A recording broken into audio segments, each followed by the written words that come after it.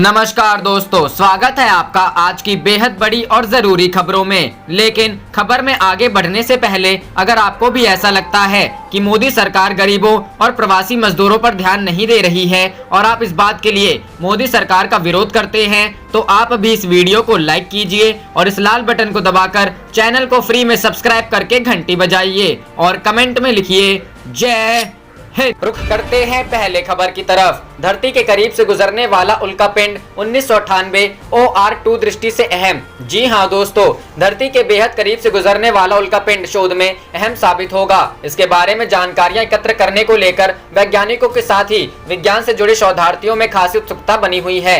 हालांकि 19,000 किलोमीटर की रफ्तार से गुजरने वाले इस उल्कापिंड को लेकर कई अफवाहें फैलाई जा रही थीं। कहा जा रहा था कि 29 अप्रैल के बाद दुनिया खत्म हो जाएगी, लेकिन खगोलीय वैज्ञानिकों ने इन बातों को अफवाह बताया है। आर्यभट्ट प्रशिक्षण विज्ञान एवं शोधन संस्थान के वरिष्ठ खगोल वैज्ञानिक डॉक्टर शशि भूषण पांडे के अनुसार बुधवार को पृथ्वी के करीब से गुजरने वाले उल्कापिंड की प्रक्रिया एक खगोलीय घटना है। उन्होंने कहा कि 1998 OR2 नाम से प्रचलित यह उल्कापिंड हवाई द्वीप समूह पर नीट नामक प्रोग्राम के तहत खोजा गया था। ग्रह के पृथ्वी के पास से गुजरने की प्रक्रिया खासी रोचक होती है, जिससे खासी जानकारियां तथा अनुसंधान की विषय वस्तु एकत्र की जा सकती है। यह माना जा रहा है यह उल्कापिंड आज यानी बुधवार को पृथ्वी और चंद्रमा के बीच की दूरी के 16 गुना अधिक दूरी से गुजरेगा। प्रोफेसर पांडे के अनुसार इससे पहले भी ऐसी स्थिति बनी है। अप्रैल 2017 में पृथ्वी के काफी नजदीक से एक उल्कापिंड गुजर चुका है, इसलिए इसमें घबराने की जरूरत नहीं है। हालांकि इस बार गुजरने वाला उल्कापिंड काफी दूर से गुजर रहा है। उन्होंने बताया कि इसके पृथ्वी से टकराने की बिल्कुल भी संभावना नहीं है। रुख करते हैं अगली खबर की तरफ। सुप्रीम कोर्ट ने कहा लॉकडाउन के दौरान अपनाएं एक राष्ट्र एक राशन कार्ड योजना।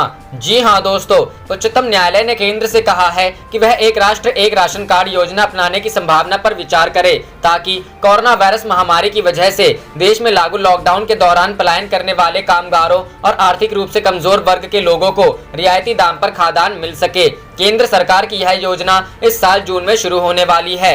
न्यायमूर्ति NV रमन, न्यायमूर्ति संजय किशन कौल और न्यायमूर्ति BR गवई की पीठ ने सोमवार को पारित अपने आदेश में कहा, हम केंद्र सरकार को इस समय यह योजना लागू करने की व्यवहारिकता पर विचार करने और परिस्थितियों को ध्यान में रखते हुए उचित निर्णय लेने का निर्देश देते हैं। न्यायालय ने इसके साथ ही अधिवक्ता दीपक कंसल के आवेदन का निस्तारण कर दिया। कंसल ने राष्ट्रव्यापी लॉकडाउन की वजह से अलग अलग स्थानों पर फंसे कामगारों और दूसरे नागरिकों के लाभ के लिए योजना शुरू करने के निर्देश देने का अनुरोध किया था। याचिका में याचिकाकर्ता ने कोरोना वायरस महामारी के दौरान प्रवासी श्रमिकों, लाभार्थियों, राज्यों के निवासियों और पर्यटकों के हितों की रक्षा करने और उन्हें रियायती खाद्यान्न और सरकारी योजना के लाभ उपलब्ध दिलाने के लिए अस्थायी रूप से एक राष्ट्र एक राशन कार्ड योजना अपनाने के लिए न्यायालय से हस्तक्षेप करने का अनुरोध किया था।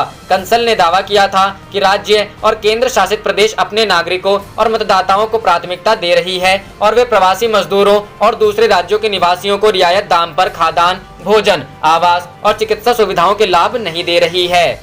रुख करते हैं अगली खबर की तरफ। राहुल ने मोदी सरकार को घेरा, बोले RBI की बैंक चोरों की लिस्ट में बीजेपी के मित्र। जी हां दोस्तों, कांग्रेस के पूर्व अध्यक्ष और सांसद राहुल गांधी ने मोदी सरकार पर हमला बोला है। राहुल ने सरकार पर बड़े बैंक डिफॉल्टरों के नाम को छिपाने का आरोप लगाया है। संसद में अपने पूछे गए प्रश्न का जिक्र करते हुए राहुल ने कहा कि अब रिजर्व बैंक ऑफ इंडिया ने नीरव मोदी, मेहुल चोकसी सहित भाजपा के मित्रों के नाम बैंक चोरों के लिस्ट में डाल दिए हैं। राहुल गांधी ने ट्वीट करके कहा, संसद में मैंने एक सीधा सा प्रश्न पूछा था, मुझे देश के 50 सबसे बड़े बैंक चोरों के नाम बताइए। वित्त मंत्री ने जवाब देने से मना कर दिया। अब RBI ने नीरव मोदी, मेहुल चोकसी सहित भाजपा के मित्रों के नाम बैंक चोरों की लिस्ट में डाले हैं, इसीलिए संसद में इस सच को छुपाया गया। बता दें कि मार्च में बजट सत्र के दौरान कांग्रेस के पूर्व अध्यक्ष राहुल गांधी ने लोकसभा में बैंकिंग फ्रॉड का मामला उठाया था। उन्होंने सरकार से देश के 50 बड़े डिफॉल्टर की जानकारी मांगी थी।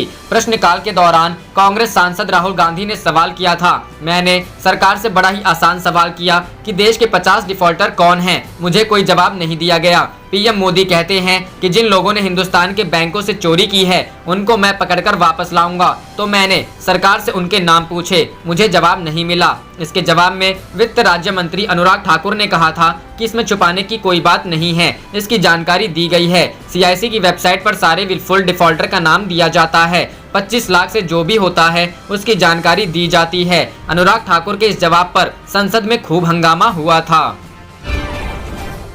आप देख रहे थे आपका अपना चैनल जय हिंद जय भारत।